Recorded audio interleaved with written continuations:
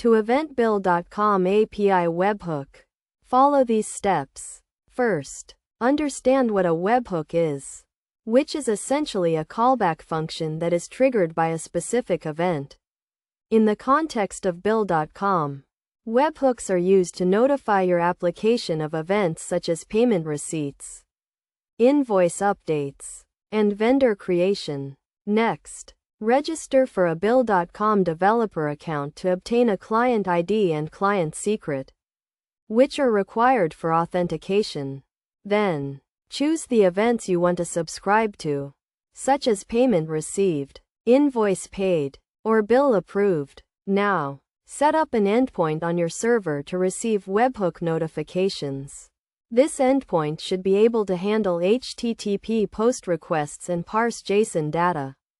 When an event occurs, Bill.com will send a post request to your endpoint with the event data in JSON format.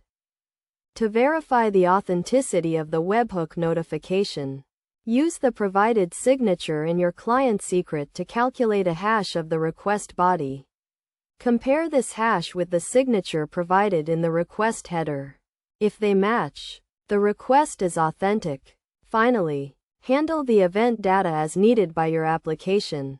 This may involve updating your database, sending notifications, or triggering other workflows. Be sure to handle any errors that may occur during processing and implement retries if necessary.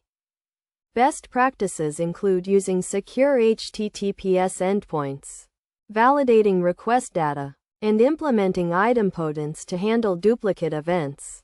By following these steps and best practices, you can effectively event Bill.com API webhooks and integrate Bill.com functionality into your application.